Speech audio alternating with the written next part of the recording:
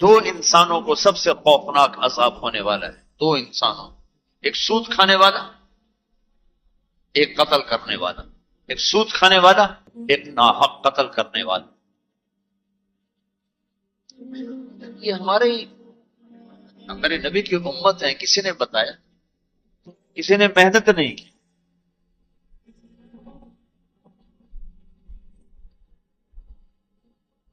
آخری حج کا خطبہ آپ نے جو دیا، ہر دفعہ یہاں سے بات شروع کی، تمہارے جان مال ایک دوسرے کے لیے قابل احترام ہے، کسی پہ ہاتھ نہ ڈالو۔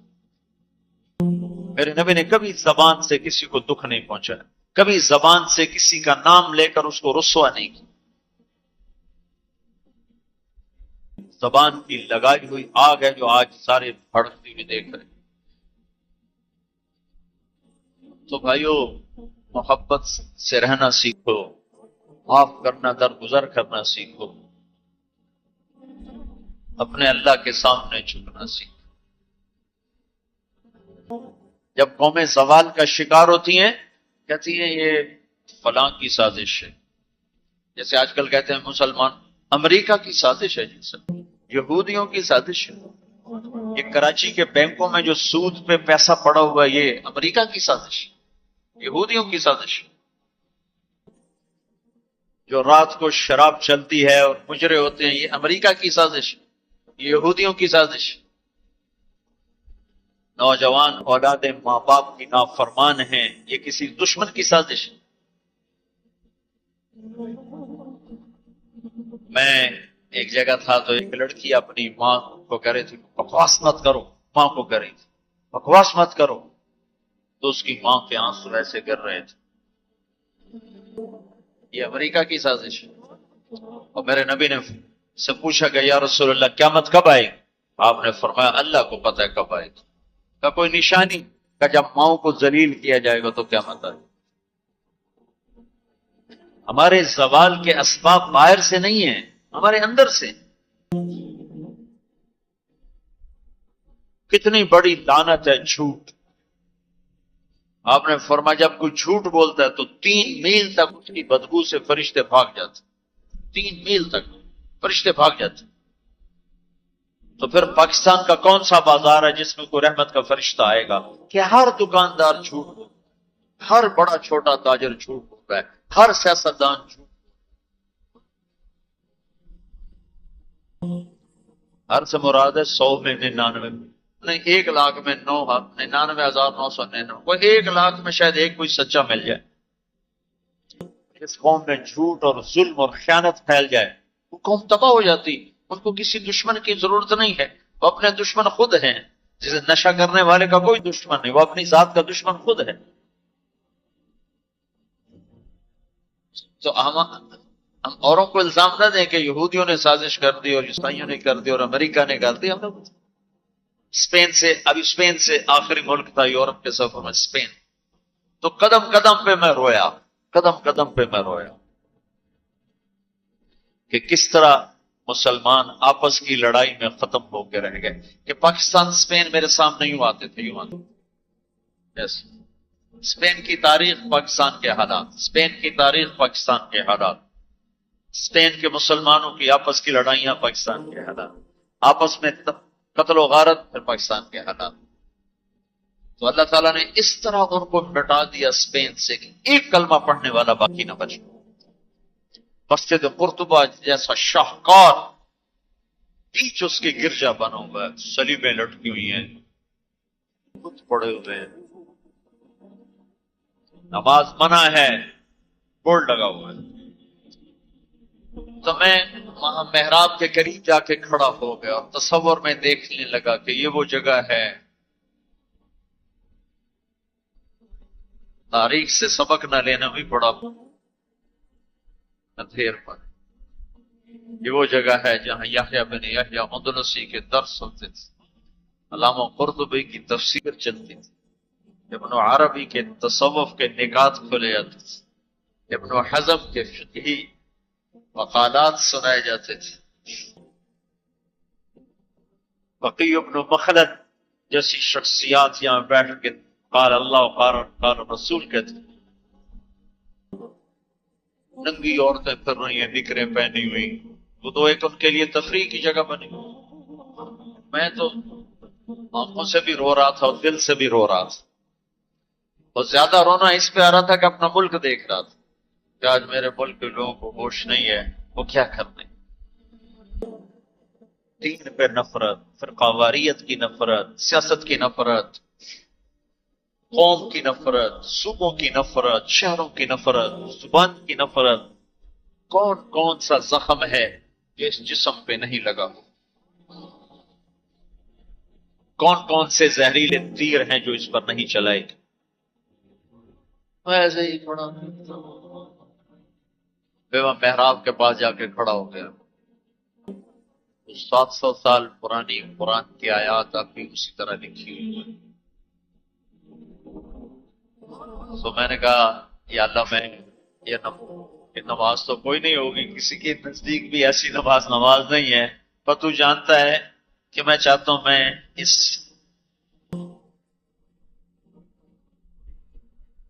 ارے میرے بھائیو، آپس کی نفرتیں مٹا دو اللہ کے واسطے، اپنی جان کے دشمن نہ بنا،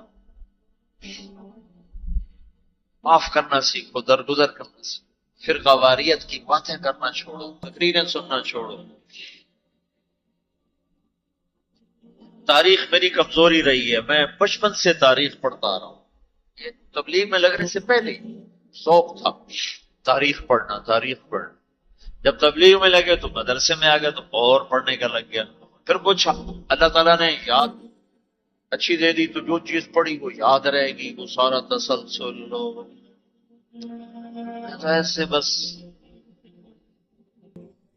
ڈوبتا ابھرتا رہا، ڈوبتا ابھرتا رہا کہ یا اللہ آج میں یہاں اس دھرتی پہ سجدہ نہیں کر سکتا جہاں 700 سال جن اینٹوں نے سجدے کے لمس محسوس کیے، جن اینٹوں نے تیرے لاکھوں کروڑوں پیاروں کے آنسو جذب کیے، جن در و دیوار نے تیرے ہزاروں محبوب لوگوں کے واز و ارشاد سنے، جن کونوں میں تجھے یاد کرنے والے ہزاروں لاکھوں کروڑوں انہیں روشن کرتے کرتے کرتے آج اسی زمین کے نیچے سوئے ہوئے ہیں۔ قرطبہ کے قبرستان پہ شہر بناؤں، نہ کسی بادشاہ کی قبر باقی اور نہ کسی بڑے کی نہ کسی چھوٹے کی، میں یہاں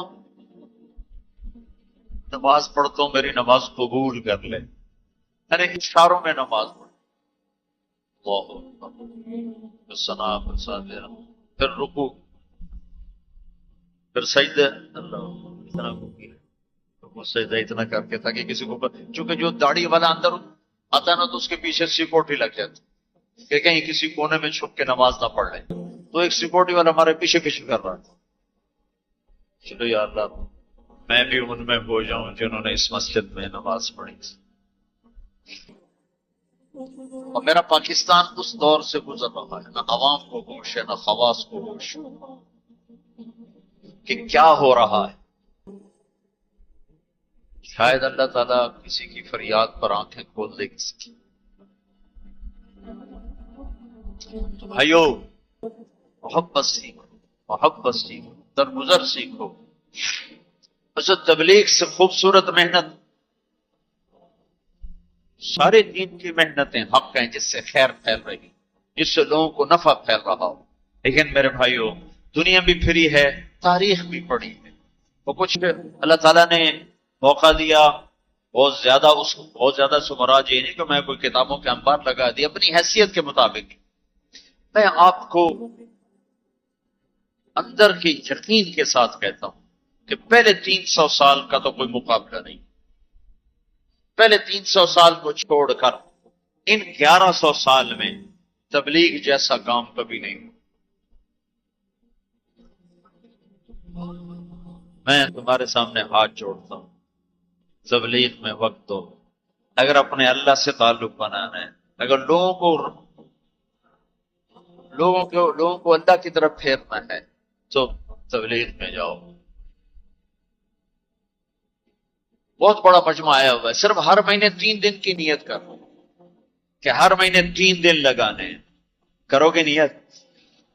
کرتے ہو نیت؟ ہر مہینے 3 دن لگانے شروع کرو، تمہاری زندگی میں تبدیلی آ جائے گی. 6 بر اعظم کے انسانوں تک پیغام پہنچ رہا ہو، ہر زبان کے لوگوں کو ہدایت مل رہی ہو، ہر طبقے کو ہدایت مل رہی. جب طوائفوں کی طرف ذہن گئے، کا خسروں کو بھی تو لینا چاہیے، وہ بھی تو نبی کی امت ان کے پاس پہنچے. تو ہمارے علاقے کا سب سے بڑا ڈانسر، اب اس کی داڑھی ہے، 5 وقت کا پہلی صف کا نمازی ہے. جب میری اس کی پہلی ملاقات ہوئی، میں نے کہا تو کبھی نماز پڑھی؟ کہا جی کدی نہیں. کدی جمعہ پڑھے؟ جی کدی نہیں. عید پڑھی؟ جی کدی نہیں. میں کیوں؟ میں کہ جی یہ مولوی ساڑھے نال نفرت کریں تین اور اسامی پرا پرا رہ جانے ہیں، سب پیار کی تیسی آگے. اس کا چلا بھی لگ چکا ہے، داڑھی بھی رکھ لی ہے. ایک مجھے ملا ناچم یہی، اس کے بال کٹوائے، سارا کچھ سٹ سٹ کیا. تو کچھ عرصے بعد پھر میں دیکھو نا سرخی لگائی وہ فوٹو، وہ تھے. اس نے اپنے واقعہ سن. کہا جی میں مسجد میں گیا نماز پڑھنے، تو مولوی صاحب نے آخیا خسرا کدے اندر وڑا ہے، باہر کٹو، باہر کٹو. تو بٹ ایک سنگ گئی ہماری جماعت 95 میں. اس وقت وہ یہ سوشلزم کا بڑا مرکز تھا، تو اس کے جا کے اس سے ملے ہمارے ساتھی جو بڑا ہوتا وہ پریزیڈنٹ تھا، صدر تھا. اس نے کہا جی مسلمان کافر نہیں، سوشلزم سے متاثر. تو اس کی ہم بات کرتے تھے، ہم پر دہریے کا لیبل لگنا شروع ہوتے، دہریے دہریے دہریے. ایک دن نماز پڑھنے گیا مسجد، ظہر کی نماز تھی، اثر کی نماز. وضو کر لیا تھا اور مسا کے لیے پانی لیا، مسا کرنے کے لیے ہاتھوں میں پانی لیا. تو پیچھے سے مولوی صاحب کی آواز آئی امام مسجد، اے دہریا اندر کدے واڑا ہے، باہر کٹو.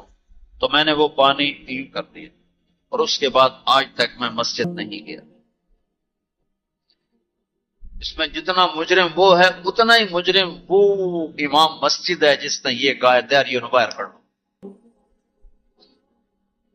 تو بھائیو بہت بڑا مجمع بیٹھے ہو اوپر نیچے، اور اکثر نوجوان نظر آ رہے ہو. محبت سیکھو، اللہ سے صلح کر لو، توبہ کر لو. یہ جو لوگ چوریاں ڈاکے کر رہے ہیں ان کے لیے بھی دعا کرو کہ اللہ ان کو بھی ہدایت دے. وہ اس حال میں مر گئے تو پتہ نہیں کون سی جہنم میں جائیں. تو نیت کرتے ہو سارے؟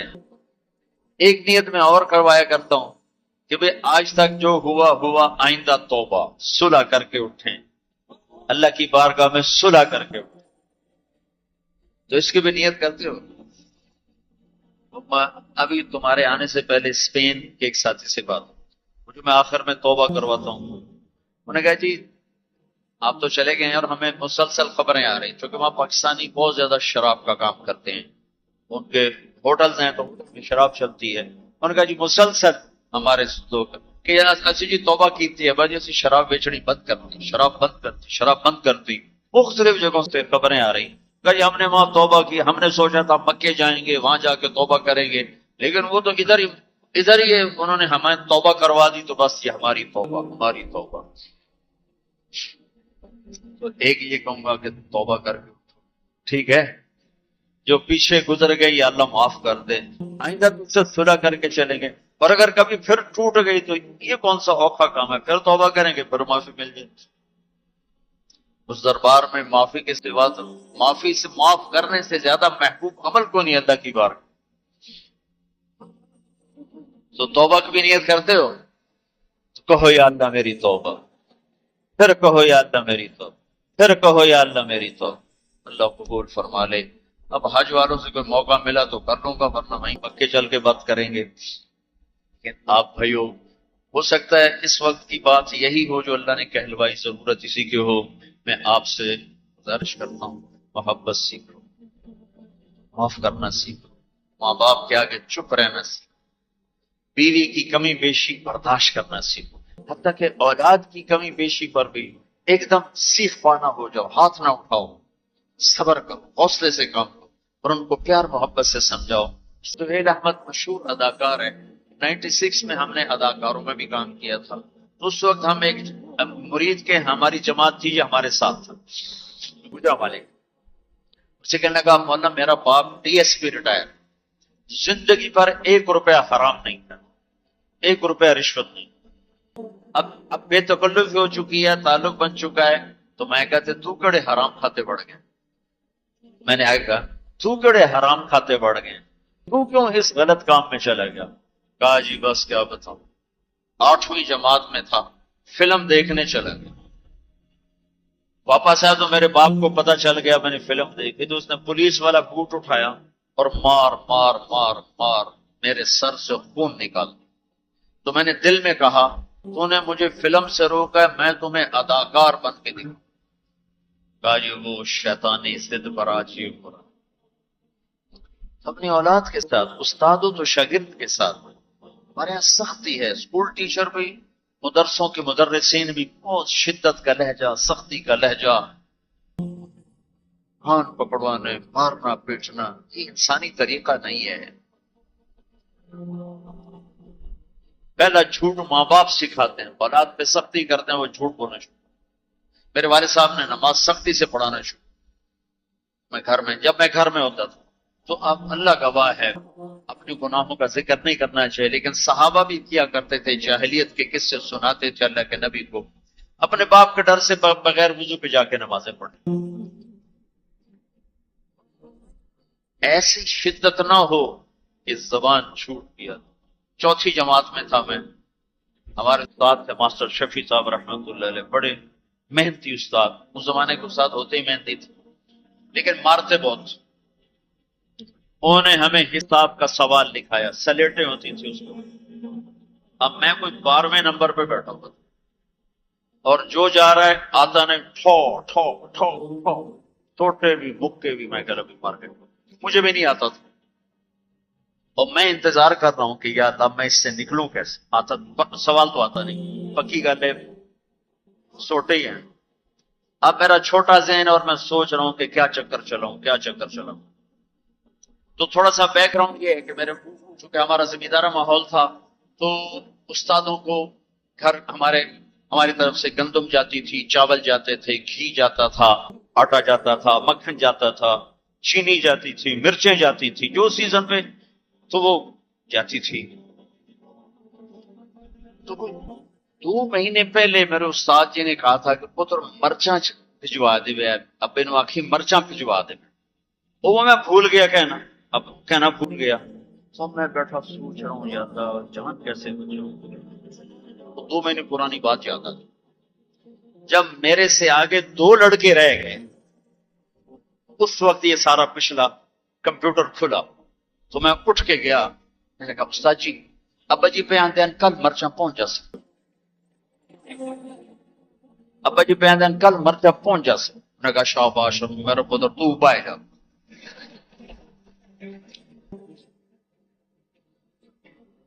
یہ جھوٹ کس نے بلوایا؟ استاد نے, اس کے ڈنڈے نے, اس کی سختی نے. ماں باپ سے بھی کہتا ہوں, مدرسے کے علماء سے کہتا ہوں, اسکول کے ٹیچروں سے کہتا ہوں, محبت سیکھو, محبت سکھاؤ. اولاد سے کہتا ہوں ماں باپ کی محبت سیکھو, ان کی شدت کو برداشت کرنا سیکھو. بھائی سے کہتا ہوں بھائی کی برداشت کرو. آپ بیٹھے ہو عورتیں نہیں ہیں تو آپ سے کہتا ہوں بیوی کی برداشت کرو, ماں کی برداشت کرو, بہنوں کی برداشت. جو بھی کوئی بلندیوں کے راستے ہیں وہ برداشت میں چھپے ہوئے ہیں. اور تبلیغ میں وقت دو. تبلیغ سے بڑھ کر سارے دین کے کام خیر کے, جس سے لوگوں کو نفع ہو رہا ہے. لیکن جو سب سے اس وقت لوگوں کے لیے خیر بھلائی کا کام ہے یہ تبلیغ کا. اس میں ٹائم دیا کرو, آپ کو بہت نفع ہو. اللہ تعالیٰ چلا آپ کو آگے بڑھائے گا. کسی سے لڑے ہوئے ہو ابھی اٹھ کے صلح کر لیں, کسی سے ناراض ہو ابھی جا کر اس کو گلے لگا دیں. کہ اللہ کی بارگاہ میں بہت اونچا لے جانے والا عمل ہے جھک جانا, معاف کرنا, درگزر. تو اس کی بھی نیت کرتے ہو, اللہ تعالیٰ قبول فرمائے. اللہم لک الحمد کما انت اہل, صلی علی محمد کما انت اہل, وفعل بنا ما انت اہل.